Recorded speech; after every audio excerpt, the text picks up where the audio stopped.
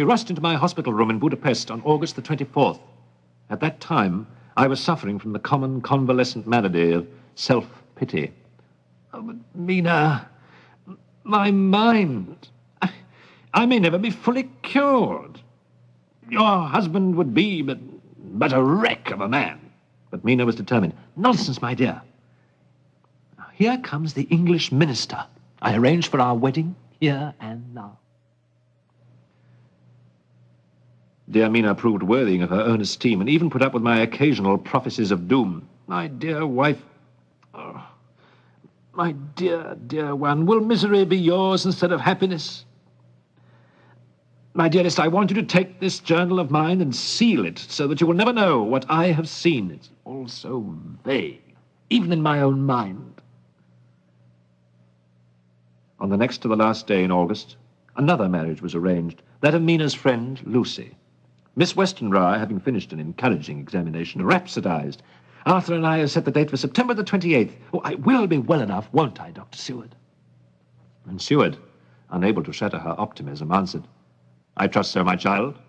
I trust so. But Dr. Seward was worried enough over Lucy's condition to write to a blood specialist in Holland. Sitting in his study, he composed a letter. I'll ask Van Helsing to take the next boat across. Perhaps he can diagnose Miss Westenra's persistent anemia. The enticing letter relayed the facts to the prominent physician, and Seward was at the pier when his colleague, Professor Abraham Van Helsing, arrived. Van Helsing, his eyes betraying his excitement at the new challenge, bid them hurry. Most interesting, Mynheer Seward. Let us at once your patient go see. Oh, and excuse me, you see, my English still not too fluent is. After the examination, Van Helsing pulled Seward aside. The Dutchman was annoyingly vague.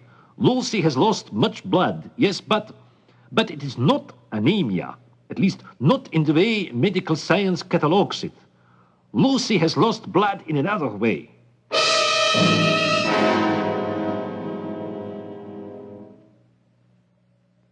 On September the 4th, Van Helsing went back to his Holland office to consult books not found in scientific libraries.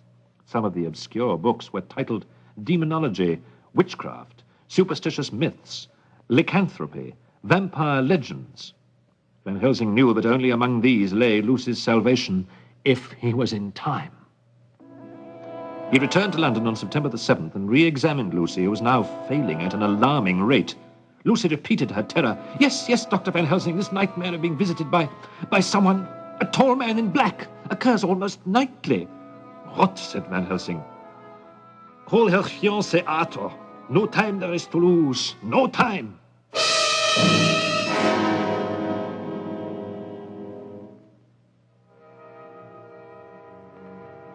Van Helsing knew that only blood could hope to save Lucy's life. Lucy sleeps, but her condition is critical. You must guard her each night, Dr. Seward. You must make sure that no one and nothing disturbs her. I myself must procure a certain herb. But weary from the vigil, Dr. Seward fell sound asleep his second night of standing watch over Lucy, while he slept on the sofa. Lucy arose like a sleepwalker and opened the French windows. She let in the black bat with the hypnotic eyes. In the morning, when Van Helsing arrived, he found Lucy sprawled on the carpet. Dr. Seward stammered, But what happened while I slept? Van Helsing recognized the symptoms at once. The worst! 2 red marks on her throat. She has lost more blood, which must be replaced now. Feeling guilty for his lack of vigilance, Dr. Seward insisted on being the blood donor that time. As the blood flowed from Seward's arm to Lucy's, color returned to her death-white face, and Van Helsing assured him, She will revive, Seward. She will revive. Before leaving, Van Helsing distributed the herb he had brought. He placed the garlic flower on the windowsills, while Seward watched puzzled.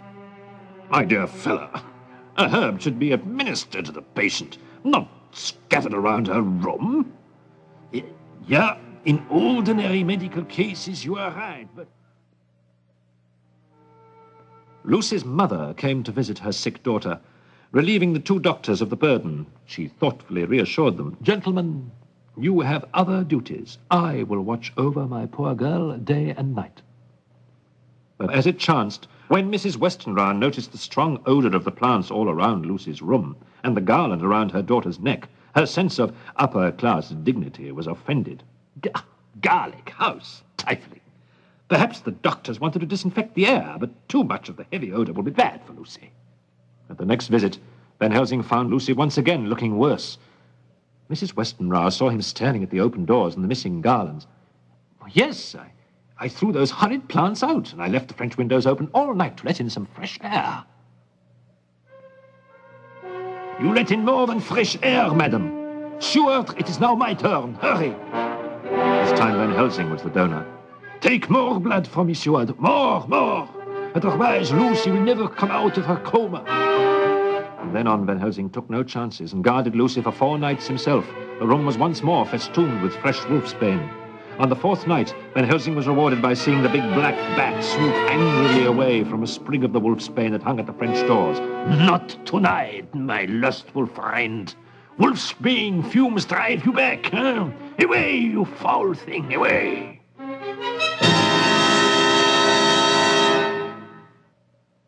But not everywhere were things going so well.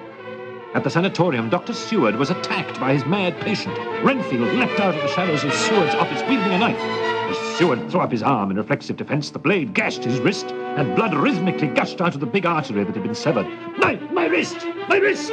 Guards! The attendants rushed in to find a shocking sight.